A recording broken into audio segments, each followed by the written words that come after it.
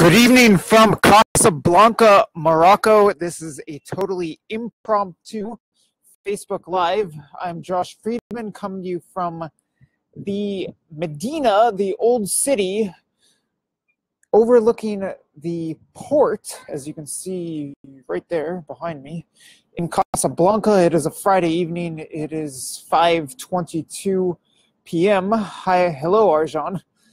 And I just figured that since I've got this view and I'm not going to have it for long, I might as well let you take a look at what I am viewing here from the one and only Casablanca, Morocco. I thought maybe we would talk refugees, as that would be a very fitting topic, being that I'm in Casablanca and the film Casablanca was very much about refugees, and likewise, over the past couple years, I have been covering Europe's refugee crisis, and along the way, I've run into many people from Morocco. That's not been the point of my trip here over the past week. I haven't been here to dig into the refugee crisis. Well, hello, people are greeting me. Sabor, hello, Sabor, hello, Osman. Osman says, hey, Josh, how are you, bro? What a beautiful landscape. Yeah, Osman, really the main reason why I'm going live right now is because I want to share this with you. I think it's an incredible view, an incredible setting here at the Medina, the old city in Casablanca. Frankly, as I was warned, Casablanca is not very beautiful.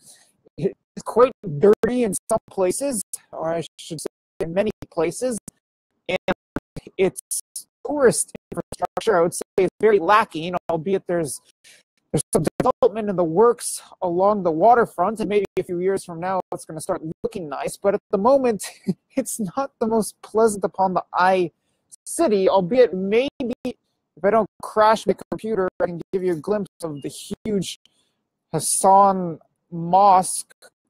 Can you see it? There it is right there. That minaret that's being blocked by the tree is supposed to be the largest minaret in the entire world. I was over at the mosque during Friday afternoon prayer hour earlier today, and it was very busy, lots of people pouring in, and that mosque is quite a sight. It's huge. All right, who else is joining me? Stoyan, hi Stoyan, how are you? Lisa, good to see you. How are you doing, Lisa? Yulia, joining. Well, so this is totally unstructured. Feel free to ask me anything, being that I'm here not for long in Casablanca. I have been spending a considerable time in Marrakesh, and I probably will be heading back to Marrakesh as soon as place, and it draws a lot more tourists certainly than Casablanca, but Casablanca is the financial capital of, Lisa says, hi Josh, I'm good. Thank you, Lisa. Glad to see you joining me. Yeah, Casablanca is the financial capital of Morocco, for that matter, of the entire northwestern African region, if not the entire continent. It's definitely one of the financial hubs, and there is some money here. It shows some places. But yeah, the city is fairly dirty. It's quite populated. There are 3 million, I think, in the city proper, and I've heard around 7 million in the region. It is quite the hub here in Morocco. Even though it's got this Hollywood name, it is very overlooked. Most tourists are not hanging out here. They're in Marrakesh, they're in Tangier, which, by the way, next month I will be heading to North Morocco. I'll be probably, hopefully, stopping in Tangier, the Mediterranean, across from Spain. Zahir says, Josh, how are you? Zahir, I'm doing very well. The broadcast, Sabor says broadcasting live is a little problem. Yeah, unfortunately, my internet connection isn't the greatest, but please let me know if you can hear me. If you cannot hear me at all, I'll just shut this down. I'm up on the top terrace here at my hotel, and it's not the best connection, but as long as I've got some, I figured I might as well give you the view. Okay, comments are, Osman says, thanks, buddy, for working hard and supporting humanity. That's high praise. You're welcome. Thank you for the praise, Osman. I'll try to do my part. I don't know how much I can do for humanity as a whole. Danielle, hi Danielle, how are you? You have a new last name, don't you? Congratulations. We can hear you. Oh, thank you. Toncho joined. Hi Toncho, how's it going? Where was I? So yeah, I've been making my way around southern and central, albeit mostly central, and now I'm kind of a little to the north in Morocco. Hi Anthony, thank you for joining me. And this trip, I've already extended it a few days, so I'll be spending my Christmas in Morocco before I go back to the European continent next week. And then later in January, I believe in January, I'll be back in Morocco to hit the northern part of the country. And hopefully I can actually stay to the north and keep away from Marrakesh. It just feels like Marrakesh is such a happening place, and why would I want to ever leave there? But there's much more to this country than Marrakesh, and I want to see it. Osman says, man, you are doing your part. Anthony says, hey, Josh, keep going, man. YouTube seem to be killing it in life and business at the moment, so you keep as well. Connection. Hopefully, I do not lose my connection entirely. Please let me know if you continue to hear me.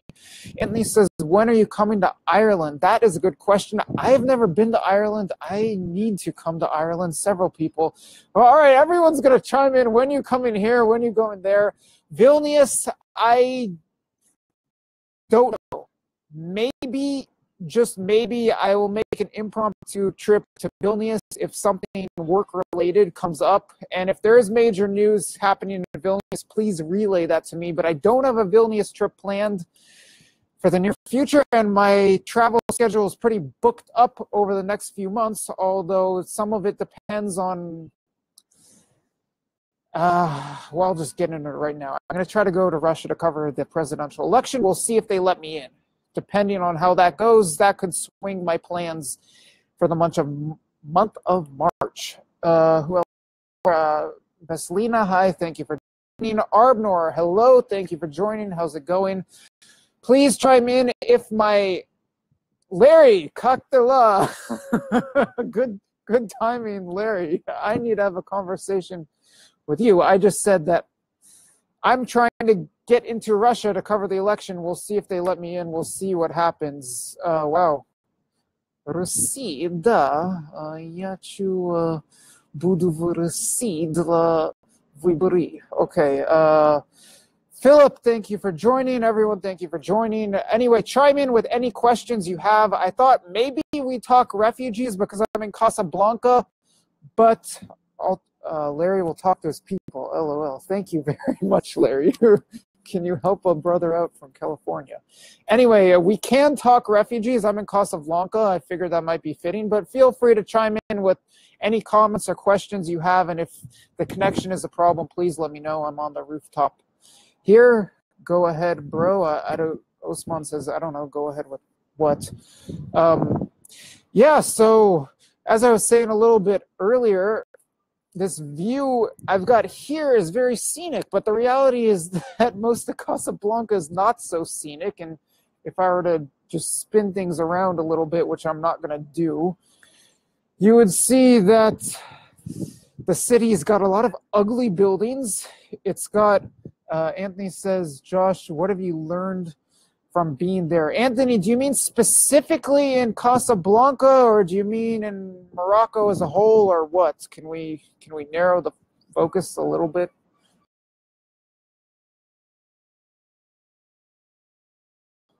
All right, I hope you guys still hear me. Facebook's saying I have connection issues.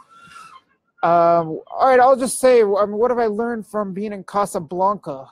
Well, it's interesting. It seems like everywhere I go, there are people begging and asking for money. There's definitely a dichotomy. Capablanca. There's definitely the rich-poor divide here. As soon as I arrived, I met a lady from Spain who's living here and working here as a foreign language teacher, and she's telling me how she's making so much more money here than in Spain, and how she's got these students who come from super rich families, and they've got chauffeurs driving them around. and how this Spanish language teacher is telling me how there's really some money here.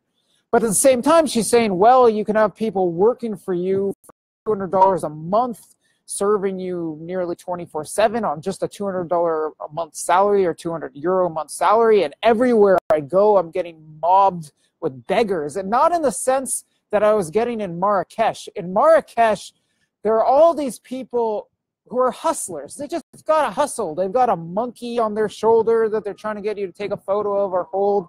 Or I hope I'm not going to get drowned out by the mosque now. But anyway, so in Marrakesh, all these people, all these different hustles, the dinner salesman I've been posting photos of.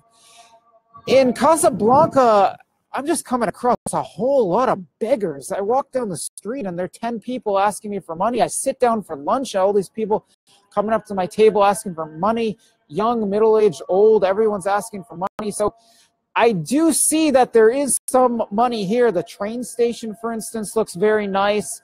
This is the financial hub of Morocco and the region, but also there seems to be a lot of poor people and a lot of poverty. And if that's the case, the financial hub of Morocco, then I think that gives me some perspective as to what I was seeing back on the refugee trails a year and a half, 2 years ago. I ran into so many people from Morocco on the refugee trails, and they were a very interesting bunch for a variety of reasons. One of which was that other so-called refugees I was running into, the people I was running into from Morocco were not pretending to be refugees. They were flat out saying, no, we're not refugees. And they're saying, yes, we're coming to Europe for jobs, for a better life, to reconnect with our relatives in Spain or France or wherever. And a lot of people in Morocco have relatives or ties in Europe, and it used to be vice versa. And for that matter, that's what the film Casablanca was about. Well, so I found it interesting how the asylum seekers or merely migrants I was running into on the refugee trails during the peak of the crisis were just saying, yeah, we're basically going to Europe for the money. And there isn't opportunity in Morocco and there aren't jobs. And well, yeah, that's starting to, show a little bit with me right now. I walk through the streets and there are constantly people playing soccer or football, kicking the ball around. I don't know if they're unemployed because they just cannot for the life of them find a job, or I don't know if they're lazy or whatnot. I mean, I can't speak to every individual person's wants, needs, and attitudes here, but yeah, I mean, as a whole, in Morocco, not just in Casablanca, it does seem like things are not exactly booming. Okay, I'm going to say hello to some people who have joined. Antonia, hello. Aldo, hello. Fritz, hello. Thank you for joining me. This is totally impromptu. I just figured that since I've got this lovely view of Casablanca, the port, right behind me, I'm in the Medina, the old town. It's not a nice old town in the sense that, or a classic Medina in the sense that you'd find in Marrakesh or some other cities, but it's very interesting, the Medina, I say, in that this is kind of the feel from the film, because you've got the palm trees here, although that's one weird thing about Casablanca. They've got palm trees all over the place. So even in the disgusting neighborhoods, they've got palm trees. On the nice streets, they've got palm trees. And in the European-looking little plaza, where I can't show it to you right now, I don't want to destroy the connection, but yeah, so I'm at this hotel right now that's in the heart of the Medina, the old town overlooking the port. I mean, that's it. You see the port right there behind me. And Larry asks, is it the funky cool Medina? I don't know. I mean, yeah, it's kind of funky. I'm describing it, at least to the best of my ability. So it's not funky in the sense that you've got a bunch of hustlers and all this action like you do in Marrakesh. Not like that at all. It's much more tame here. Not that much going on. And then here you've got this little plaza, which you can't see, although my hotel, which you can see, is blue and white. It's like it's in Greece. I'm supposed to be in Santorini next month. I feel like I've arrived a few weeks early. Anyway, so there is a bit of the European influence that you see here in this Medina part, and they've got this arch, which you can't see, that's supposed to be the first or the original gate to the port, something like that. And actually looks very nice here at sunset. But I would say the city as a whole doesn't have the European feel in terms of architecture, and definitely not culture, that I was kind of expecting to discover here. All right, Fritz has given me some comments. I gotta read these. Fritz says, I love you, always hustling. Greetings from Sarajevo. Dober dan, or what time is it there? Dobro večer, Fritz. I love that you settled down in Sarajevo. I think that's very cool. Also says, can't hear you, working in a cafe with no headphones, keep on rocking. Thank you. Yeah, I know my connection's not the best. I don't know if this is going to help if I hold up the microphone, but look, we've already been going for, I don't know, 15 minutes, and it's still going, so why not give it a go? Sabor says, do you have any new news about Morocco people? Why the Morocco people traveling to Europe as refugees? Sabor, I thought I just answered that question. I don't know if you were listening at that moment. I will replay, or not replay it, I'll rediscuss that. But also, I want to pose a question to you. Are you surrounded by Moroccans in Switzerland? Or did you just come across Moroccans on your travels to Switzerland, across the Balkans and whatnot? I'd be interested to hear what you have to say. Now, I'll repeat what I was saying earlier about Moroccan so-called refugees, and they weren't really refugees. And the thing I found most interesting, hey Omar, how's it going? The thing I found most interesting was their openness, their honesty. Especially when I was at Idomeni, there were hordes of people from Morocco who were stuck on the Greek-Macedonian border. And unlike just about everyone else who'd give me all kinds of stories, some of which I found credible, some of which I did not find very credible, all kinds of stories about why they were refugees, the Moroccans were just saying, no, we're coming to Europe for jobs, for a better life, to settle down with our relatives who are living in Spain or France or other countries. They were not pretending to be refugees. Does that answer your question, Sabor? Please let me know. Oh, and then also, I mean, what I was, on top of that, what I was saying is that part of what I wanted to see here is, like, yeah, is what they were describing true? Is there a lot of poverty? You know, Morocco, the impression we have is this is supposed to be a decent place to live in Africa. It's in North Africa, but it didn't get caught up in the whole Arab Spring craziness. There's no Libya situation going on here, and it's not supposed to be impoverished like many other parts of Africa. So I want to see, yeah, I mean, do these migrants coming from Morocco to Europe really need to run away, or could they make a go here? And with all these beggars coming up to me, and from what I'm hearing about the average wages, and from what I'm seeing with all these people effectively doing nothing in the streets, a lot of them just playing football. Yeah, I mean, it seems like there aren't all kinds of opportunities here. It does seem like there's a fair amount of poverty, but I know there's also some money here, so some people are making use of what opportunities they've got. Sabor now says, in Switzerland, a lot of Moroccan people living, but more of them receiving negative. Okay, now that's very interesting. So I think what Sabor is saying is that a lot of Morocco, correct me if I'm wrong, Sabor, but what I interpret you're saying is that a lot of Moroccans have arrived in Switzerland as asylum seekers and have applied for asylum, but they're getting rejected and they're not being given refugee status in Switzerland, which I'm almost shocked to hear that they've actually made it into Switzerland and applied for asylum. Things are run pretty tight in Switzerland. It's my impression that Switzerland is handling the refugee crisis better than just about any other country in Europe. And I'm not I'm not saying that in terms of government policy. I'm saying that in terms of just handling what has been thrown at them. Okay, yeah, so Sabor, you feel free to chime in more. I figure it's very worthwhile and fitting topic to discuss refugees right now, as Casablanca, the film, was about refugees, albeit in reverse. Europeans fleeing to Africa to get away from a big war. And, well, I mean, they're kind of going, they wanted to get to Casablanca to go back to Lisbon to get to the States and so on and so forth. But it all ties in.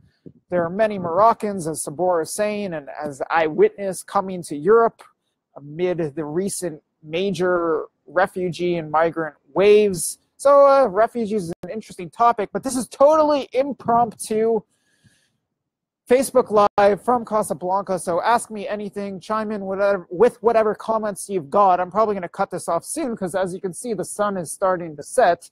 And I don't have quite the beautiful background with the port that I did probably 10, 20 minutes ago. Dimitri, hi, how's it going? Anyway, I'm going to probably wrap this up. Unless anyone has some comments or questions, please chime in if you do. I'd be glad to answer them. Or if you want me to probe or search for something while I'm in Morocco, please let me know. I've still got, I think, about 4 days, is it? I think I have 4 days left on this trip to Morocco. Then I'll be back to hit northern Morocco next month. I flew into Agadir in the south, and I still haven't seen the city, so I'm going to try to catch Agadir on Tuesday before heading out of the country and back to Europe. All right, well, I hope you enjoyed this view of the port and a little bit of the Medina, and I hope you enjoyed hearing a little bit about the Casablanca. It's not every day that someone on your Facebook feed is coming to you live from Casablanca. I'm going to call this a wrap. Oh, Eric turns in right now. Turn down the Ljubljana Christmas. Eric, I actually extended my stay in Morocco. Frankly, I don't know why I would leave Morocco. I mean, you heard. Oh, yeah, by the way, I'm in Casablanca, where your buddy on the plane is from. Yeah, so the weather's good. It gets chilly. It's cool at night, but the weather during the day is great. It's like 20 degrees Celsius and clear skies and sunny, and there's a lot of action in certain places, and it's an interesting place to be. So I'm very happy. I'm very grateful to be here. I'm grateful to have a few days left here. And I'm grateful to be coming back to Morocco next month. I think it's about time to wrap this up. So yeah, this is the port here in the Medina, the old town in Casablanca. And you can see a little bit of the sea, albeit now the sun's going down, so the view isn't as good as it was in the beginning. If you missed this, just watch the replay. It'll be on my Facebook feed. Maybe I'll upload it to YouTube as well. So thank you very much for joining me on this broadcast live from Casablanca, Morocco. Shukran let, as they say. Thank you very much, or merci beaucoup. A lot of French is spoken here. So from Casablanca, that's it. Have a good evening. Au revoir.